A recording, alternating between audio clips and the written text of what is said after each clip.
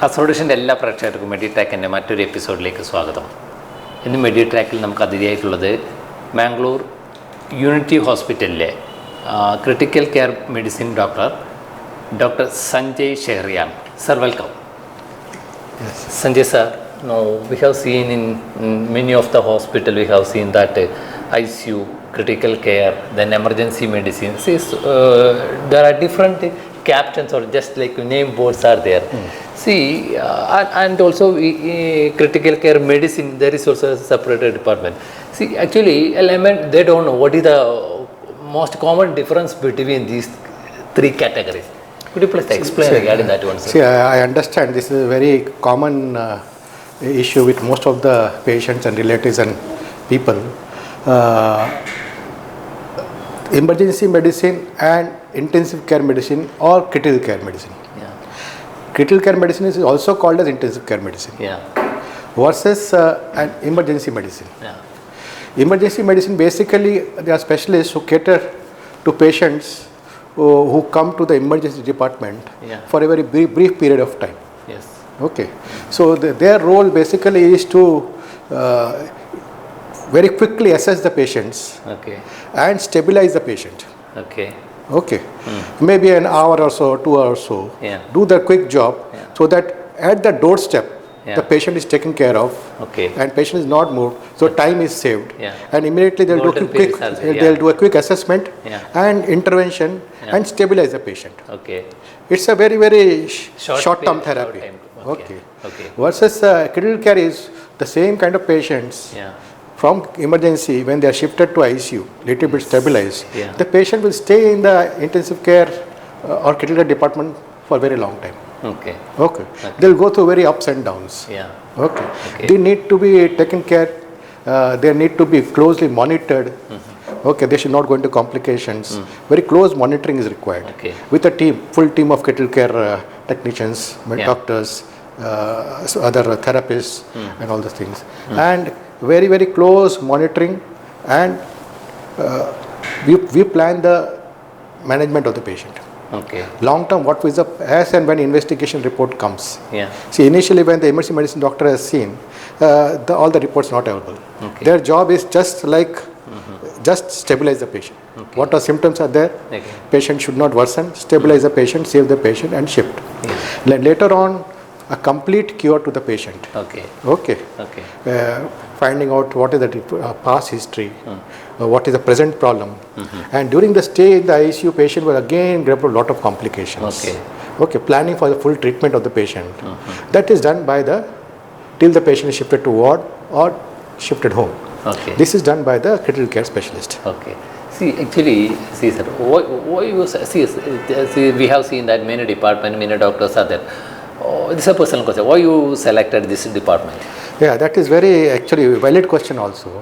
See, basically to be a critical care specialist, either you have to be an anesthetist or a physician. First you have to qualify as an anesthetist or a physician. Then this is an additional super specialty.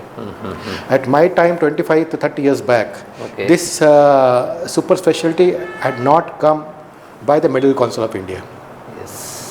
So a critical care society was formed by certain specialists who had got trained from outside India. The doctors, they themselves made a society and started this fellowship course. For medicine. So I had just passed out post 1 year anesthesia from JJ Hospital, Grand Medical College, Mumbai. And then I came to know this course, and as such I was not very happy practicing anesthesia because it was like a closed door. You go inside the OT whole day in that closed space without any human other interaction. You are inside and not much clinical job. So I was not really enjoying it. So when I heard about this course, we just started. So in fact I was a first batch of India to join this course. When the course started in India, I was the first batch to join. So Mumbai, I joined at Leelavati Hospital at that time, the fellowship course, which was started by the Critical Care Society of India. And I worked there. After passing out total 3 years, I worked as junior consultant there. And then slowly I ventured out. Okay. See, sir, see, before I told you, it is more than 20 years back. Still, It's almost 30 years now. Yeah, almost 30 years. See, medical technology, see, medicine and medical technology, it is updated by day. See, what kind of differences? So, see, fast, see, we have seen the last 30 years. So what kind of updation you can see in your department? Yeah, actually, lots, if you ask me. It is like fashion, can't compare like that. But I'll tell you, when we had just started, it was like a lot of things were not known. In the sense there was no evidence. We were doing things without much evidence. Yeah. Because it is, technology has come, okay, let us use the technology and see.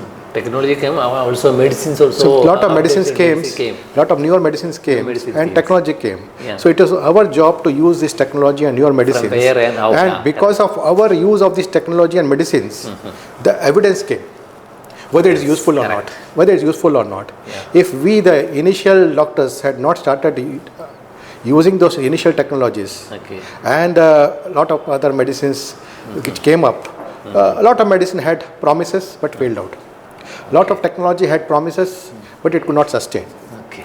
Yeah. So we have seen from that time till today what could sustain, what could not sustain, and what really came up later on. So we adapted to what could sustain, and wherever there was evidence-based proof that yes, this is, because a lot of research happened. Because our generation of doctors were using all this technology and medicines, so a lot of research happened. Okay. So because of this research, we came to know so many patients it has been used, how many patients has been really helpful. Because at our time we are doing lot of invasive monitoring.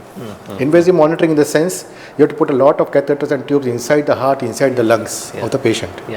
And continuous monitoring will be shown on the monitors. How the heart is pumping, how much blood is coming out of each pump, what is the pressure inside the lungs, what to understand the fluid status of the patients, and likewise so many other monitoring were coming. But we understood slowly it useful to certain extent, not to full extent. So where to use, what, where not to use.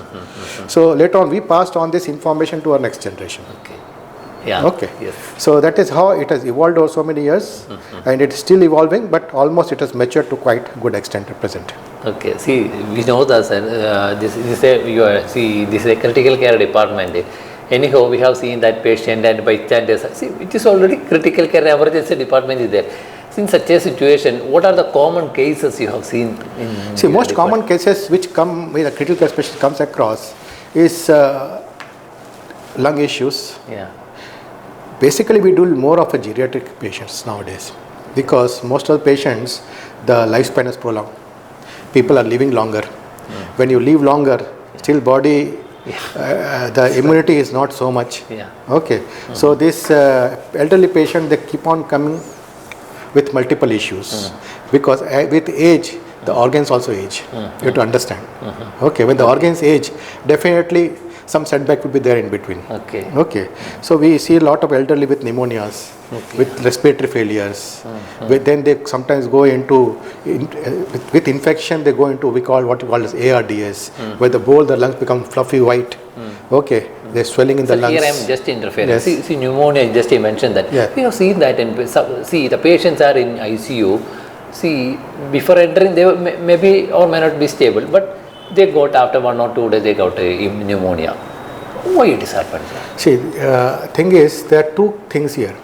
One is a person who has come to ICU. That means there is a problem with the patient. Simply the person has not been admitted to the ICU. That means there is a simmering problem, underlying problem. Patient is breathless, initial exercises are not showing any infection, this, that. By the time 24-48 hours, the lung shadows will start showing. The doctors are suspecting there is a lung infection. But the pneumonia radiological picture will come little later on. That is one thing. Second thing is patient might come with other problems. They stay in the hospital in the ICU for a long time. They are in so many tubes and lines. And sometimes they might acquire infection from the ICU. This is called hospital or ICU acquired infection. And these kind of infections are actually very severe and difficult to treat infections. Such a situations are arising. So we heard that many patients are in ICU after getting this is a serious issue. Then already they have some critical care or some serious issues. Along that, after some days, definitely. See, whoever has come to ICU is sick. a very sick patient, for whatever reason, okay, is very prone for getting infections. Okay. And ICU is a place where a lot of sick patients are around carrying a lot of infection. So this infection will carry from one patient to another. Now we have got the good working habits, good protocols to minimize the team, sir. To minimize the rate of infection. See, any ICU will have some rate of infection. ICU acquired infection, hospital acquired infection, what we call it. But you have to follow strict guidelines. Just to mention the protocol. What is the protocol, sir? So there are strict guidelines to. See, in ICU we follow guidelines for everything. For everything, for every therapy, for every prevention, we have guidelines. A proper guidelines. It is not properly written down because it's a teamwork. Every time I will not be able to present in the ICU. Okay. So our job is to make international guided protocols and guidelines, which are recommended by international societies. Okay, and strictly implement in the ICU. Understood. So once we implement the strict guidelines, the chances of improvement of the patient with that kind of treatment will improve. Second thing, and the chances of complication will minimize. You mentioned that it's already have an international protocol is there. Yes. Okay. See, such a case, sir, what is the any difference between ICU? See, ICU difference is actually you can call any hospital having some ICU bed with a monitor and oxygen facility. You can call it ICU. Okay. But the international society has actually graded into different levels of ICU.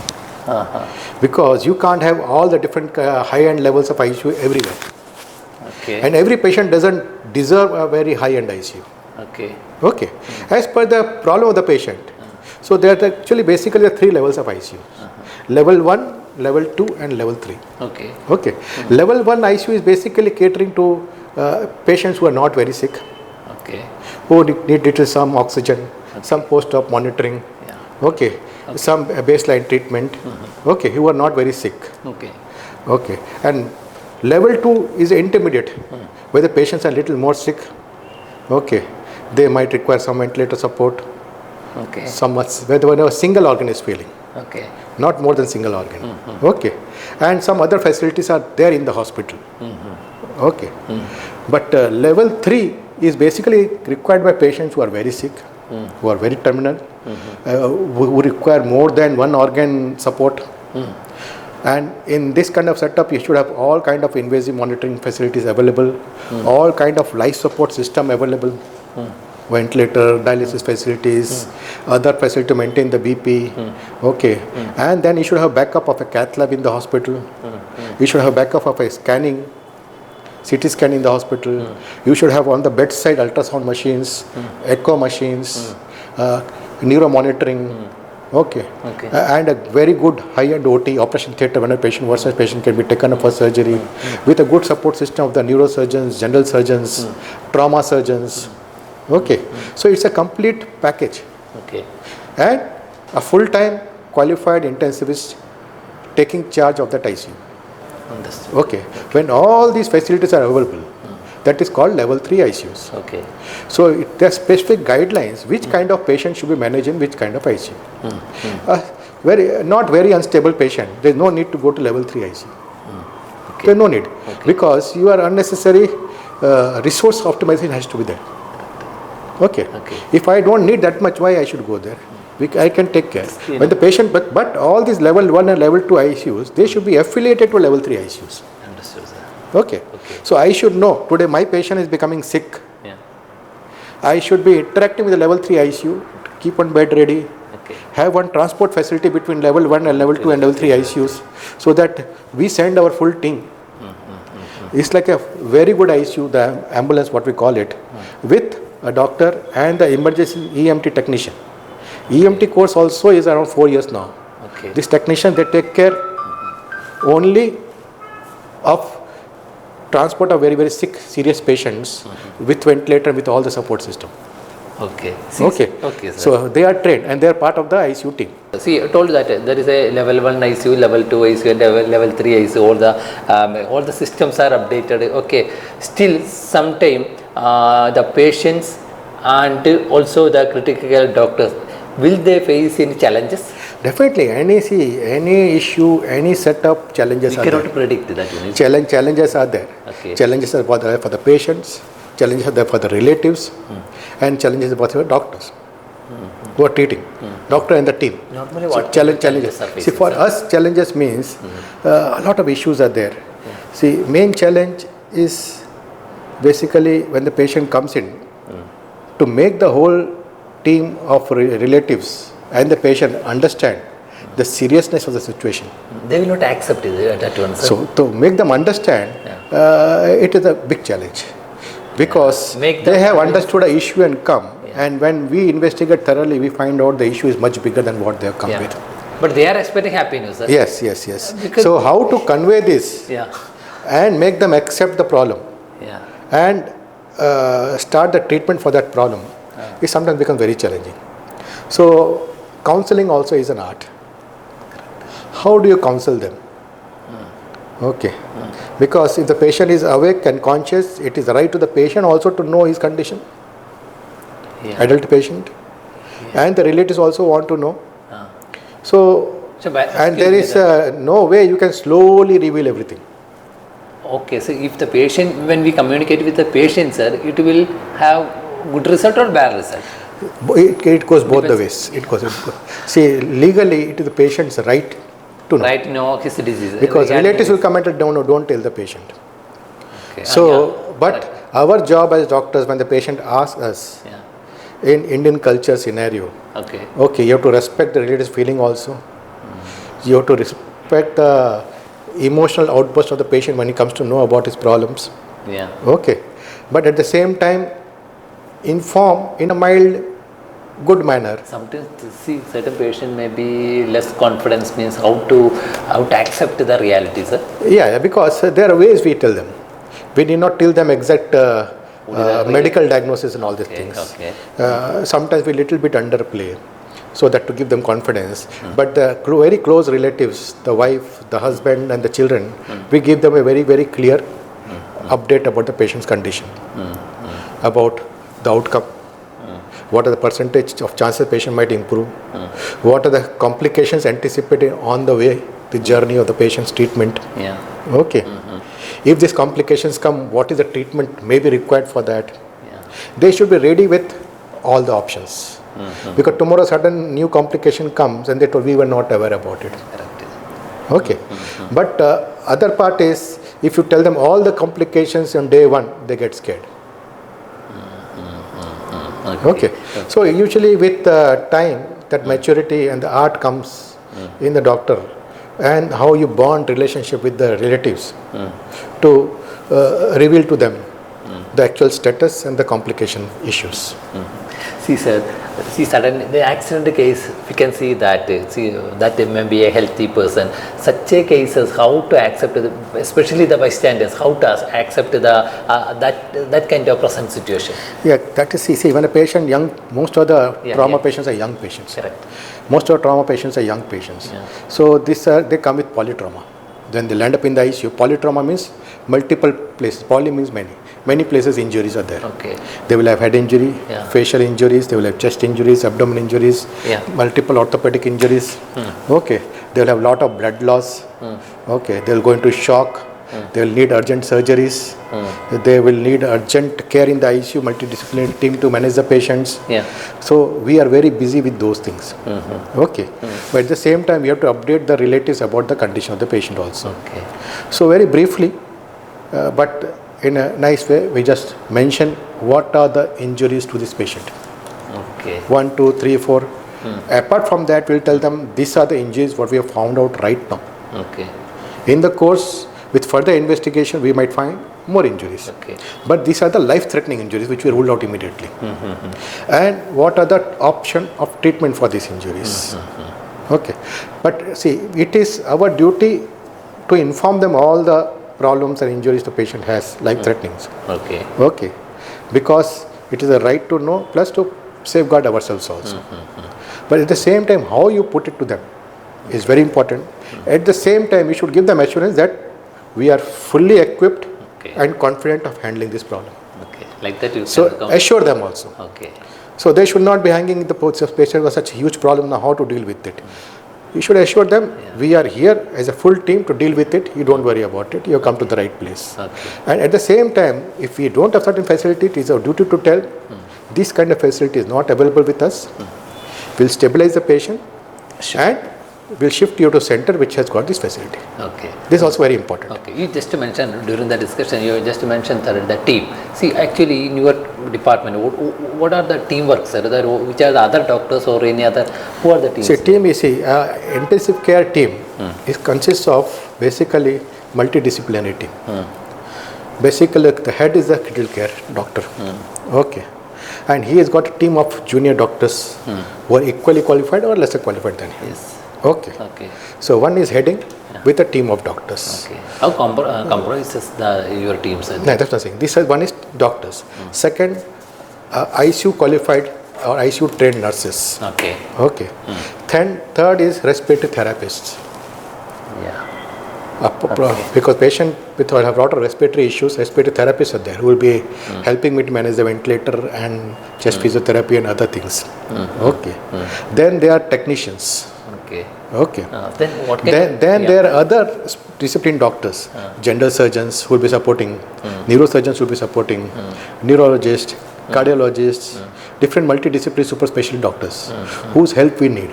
Okay. Okay. Yes. See, sir, whether it is bystanders or common people, some most common misconception regarding ICU. We have seen that patient are still more than 2 weeks, 3 weeks. What are the medicine given? We don't know. Sometimes the bystanders or the common public have some doubt. Could you please clear regarding that one?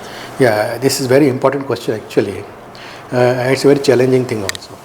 See, a lot of misconceptions about patients in the ICU is there in layman. Most of the time, this misconception which is there in the relatives will not be much. Yeah. Because we are counseling them day to day, explaining them. So they will have doubts which will be cleared immediately. But a lot of laymen, the bystanders who are not directly, we are not interacting with them directly, they will carry a lot of misconception and misguide these relatives. Problem is that. Most common what I have seen is about ventilator. Yeah, correct. Okay. Yeah. When we tell them patient is now Why getting... for ventilator or? Yeah, why for ventilator? When the patient is getting worsened, Yeah. right now patient needs support of ventilator. Yeah. Okay. To stabilize him. Most of the time they will say, no, now ventilator means end. Yeah. Game over. Yeah. They thought like that. And most of the time they think like this. Yeah. This is at the end when nothing can be done, patient is a support ventilator patient means ventilator. or it is, oh. But I would like to convey through you to general public that it is just a life support system. Temporary arrangement. It is a temporary arrangement to give relief to the patient. See, what is the job of the ventilator when our lungs are not able to do the job? To deliver oxygen to the tissue, to the brain, to every cell in the body. If the oxygen is not delivered, what will happen? Every organ will fail. Yes. So we don't wait till the lungs totally fail and then give ventilator. Okay. We start ventilator support very early. So that proper oxygen is delivered to all the organs. Okay. And the patient doesn't get tired and fatigued. Okay. And plus it supports the heart system also. Okay. Such a situation. So it is found to be very, very useful. Okay. So this spreading of rumors and having misconception that once the ventilator is connected to patient, it is the end of the patient. It is not so. Most of the patients, when the primary problem gets resolved, ventilator will come out. But if the primary problem is not getting resolved, ventilator may not come out. Okay. Okay, we have to understand that. That this is the most common misconception. Okay. See, sir, because bystanders and common, they don't know much about regarding this medical term and medicine and actually what is the present stage of the patient. Like that, maybe this kind of doubts may arise. Is it? Definitely, because of ignorance. Because of ignorance. So our job is to clear that ignorance, to provide adequate understanding and knowledge about the patient's condition. But the thing is, we cannot do this to all the bystanders. See, as ethics, we have to discuss the patient's problems and the treatment only with very close blood relatives. Okay. And we should not be discussing about the patient problem with all the visitors. But in India, the problem is because of the culture, a lot of crowd will come in when the patient is sick. All needed to know and about everybody wants to know about the patient condition. Yeah. So when we don't talk about in detail about it, they get upset. Yeah.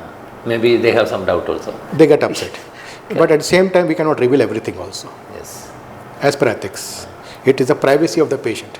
Yeah. Okay. Okay. So it is we land up in serious problems in this kind of situation. But slowly we tell the close relatives that we are not telling all those things to others, so keep them away from all those things. Okay. Yes. See, sir. See, we have seen that in the hospital. There is a closed ICU and open ICU. What is the main difference between? Yeah, this is it. ICU. How does the ICU function? Okay. Whenever a patient is admitted to a ICU. Really, there is a difference, sir. That's I'm telling you. Whenever a patient is admitted to ICU, the primary role of the ICU team. Okay. ICU team is led by the intensive care specialist or the critical care specialist, which is full team of doctors, and additional multidisciplinary doctors. Okay. Now, in some high-end corporate hospitals, they have got closed ICU. In the sense that any doctor can put a patient in any ICU, admit. But once the patient is admitted, the sole responsibility and the treatment protocol is by the ICU team. The admitting doctor will not have open rights to treat the patient. That's called closed ICU. Open ICU is a system where all admitting specialists will admit the patient. Patient will be primarily their responsibility to admit under them. And the ICU team will support the patient and the doctor to treat the patient. So here is a major difference. I think that there is it's common. I think that there is no way. See, I think that when sir explained regarding this closed and open, now it is understood. There is a major difference between closed ICU and open. But the thing is, my ICU is neither closed nor open theoretically. I have worked a system of semi-closed ICU. Where, see, we invite all the doctors to admit the patients. We could not restrict that only. Once the patient is admitted, it will be primarily our role to do all the assessment of the patient, find out the issues, counsel the relatives, and start with a proper protocol treatment. At the same time, keep updated the admitting doctors. So initial few challenges were there, definitely, yes, when you are young and new to a system and this specialty was not existing. Slowly, see, the art in critical care is the doctor's personality also is very, very important. Not only the knowledge and the skill, the attitude of the doctor is very important. So you know how well to coordinate with your admitting team of doctors. So that is very important. How you coordinate well with them, update them. Slowly they will have confidence with you and they know that you will do a better job than them. And automatically they leave the patients under your supervision to treat the patient. So I am very open to suggestions, ideas and discussion with admitting consultants. Because of my openness, my ICU became closed. Understood, sir. Funny answer and very serious answer. Sanjay. See, sir, one more doubt. See, brain dead patients are there, sir. Such a crucial time or such a crucial situation. How you handle such a situation? It is actually a very emotional moment for the close relatives. How you communicate with them? And very stressful for us also. So thing is, most of the time these brain dead are young patients. So young patients, mostly trauma patients, head injury patients. So when they come, they get severe head injury. We try our best to revive them or do whatever reversal can be done with the full support of all the treating neurologists, neurosurgeons, or the team of doctors. But a time comes when everything is futile. Treatment is not helping. slowly brain function goes down. Okay. Okay. And a situation comes when we know this is going to become brain dead. Before actually the brain dead happens, we have to start counseling the relatives. And we have to start from periphery. Other situations we usually do with the close relatives. Yeah. In this situation, you have to start from little outside circle. Yes. Okay, immediately going to the close relative is little emotional trauma for them.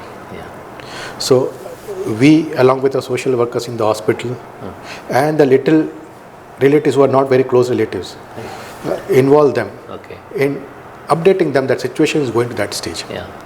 This doesn't look salvageable. Yes. But we still continue with all the life support system. Okay. And then so that they communicate the same slowly to the relatives, and we also keep on telling them situation is worsening, other things is patient is not improving. When you communicate means suddenly or day by day? So this is how we start.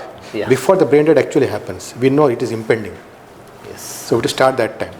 And when we call brain dead when the brainstem reflexes stop or are absent. Okay. So what is for my knowledge or for the curiosity I am asking that, sir.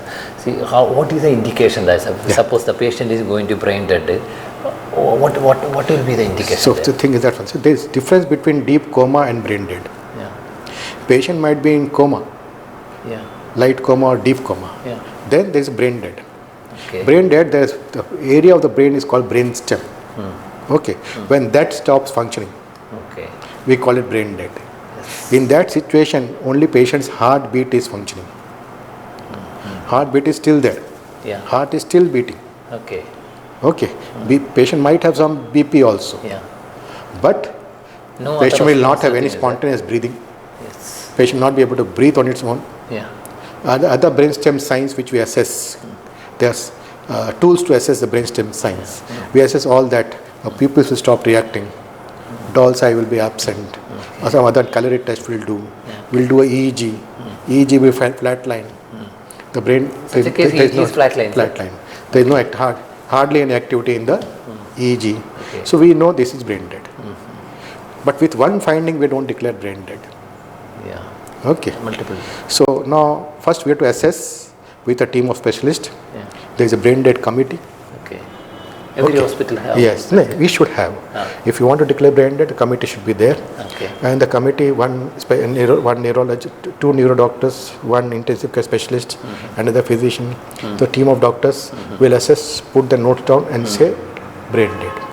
Okay. Then within a gap of another 12 hours, you assess the patient, 6 to 12 hours, assess again. Okay.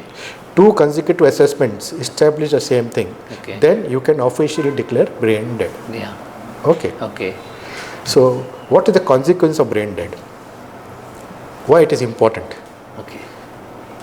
2 important things. One is to disconnect the life support system. Yeah. Okay. Correct. Patient is surviving because of ventilator. Other life support system. Okay. Once the patient is brain dead, okay, there is no chance patient is going to recover. Yeah. So we can legally disconnect the life support system. Okay. Okay. That is one thing. Okay. Second thing is for organ donation. Yeah. That is very important. Okay. So it is very challenging when your relative is dying to take a decision about donating his organs. Yeah. Second challenge is there. Second challenge is that. And before brain dead, when the BP is down, heart rate is going down, it will affect all the organs, kidney, liver, it will start affecting. Yeah. So our job is, till the decision is not made, whether organ donation they are willing or not, till the time to somehow maintain the perfusion of these organs. Okay, so that their viability is maintained. Yeah. Understood? That so that we have to do, that is our job. Yeah. Before even we know that whether they are willing or not. Okay, understood. Because suppose we don't do that and patients are willing, then we can't donate. Yeah, correct. Correct. So our job is still challenging to maintain the organ perfusion, to counsel the distant relatives and the close relatives and slowly to the patient's own relatives about brain dead. Will they admit or not, sir? Bystanders or relatives? Willing, you are willing for, only issue is religious reasons. Some communities they don't, for their religious reason, they don't want to do it. Yeah. And for others, it is not easy to accept. Yeah. Most of them will not accept. But sometimes I have heard or listened that once all the cremation, everything is over, after a few days, the thought comes to them, why we did not do it. Yeah. But it is We should have done it. Yeah. Because that moment, so much emotional trauma is there, they're not able to take a decision. Yeah. Correct. That is why there are special counselors, social workers who we employ to go through this process. Like that, they convince the relatives, close relatives. Yeah. Even government social workers are there. We employ them also. I think that nowadays it is accepting this. Accepting, Yeah. but it is a very sensitive topic. Yes, that's understandable. Okay. Okay, sir. One more thing, sir. See, if the patient is in ICU, maybe they may be in ICU 1 month or 2 months. After discharging, also they will have some other physical problems. How to manage them, sir? That one. See, this is a very interesting thing, and actually people don't look for it or ask for it. What you are asking is, it is called post-intensive care syndrome. That means? Post-ICU syndrome. Yeah. Okay. Yeah. See, how post-trauma you get syndrome, Yeah. this ICU also is a trauma. Yes. Prolonged stay in the ICU, post-stay, they will have a lot of physical, mental and emotional trauma. Yeah. And see, when we discharge the patient from the ICU, when we have done our job, we have saved the life, but has the patient fully recovered? No. We have saved the life, patient vitals are stable. Okay, now patient can be discharged on medications to go home. Yeah. Okay, but patient has not recovered physically, mentally and emotionally. Okay, sometimes it takes weeks and months for the recovery to happen.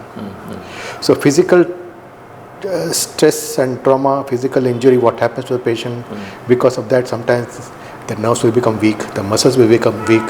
We call it neuromuscular disorder. They will not be able to be independently mobile. They need support to go to the bathroom, come out. Nerves and muscles are weak. Sometimes because of that weakness they get breathing difficulty also. Correct. The lungs have not fully recovered, some infection, the lung function has gone down. Because organ has recovered to some extent, but not to the previous stage. To the pre-admission stage. Okay. So they will keep on getting some breathing symptoms, the palpitation symptoms. Okay. Fatigue, tiredness. For the mental, sometimes they will feel no sleep. The whole sleep disturbance, because whole day in the ICU they are there. They don't know what is day, what is night. And they'll develop insomnia. They'll not be able to sleep. Okay. Sometimes they'll go to depression. They'll go into anxiety. Such a situation, how to handle that, sir? Yeah, there is a treatment protocol for that also. They go into anxiety, they go to depression.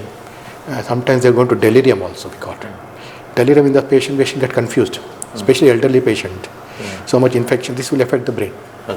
So all this imbalance and the drug, and so much drugs has gone to the patient. It will cause delirium. Patient will be confused, delirious, they will not be normal. So for everything, patient gone home doesn't mean that patient has gone back to the same previous position. Patient will need continued physical, mental and emotional support in form of rehabilitation and medicines. Then that means they should again visit the hospital or any other doctor? Not necessarily the same doctors, but there are specialists, rehabilitation specialists are there, plus the treating physician and the psychologist and the psychiatrist. Psychologists play a major role, plus from the physical side, organ recovery. For us, for that they can keep on visiting the specialists. For the organ, we keep on investigating. Suppose if the physical side is okay, they will gradually.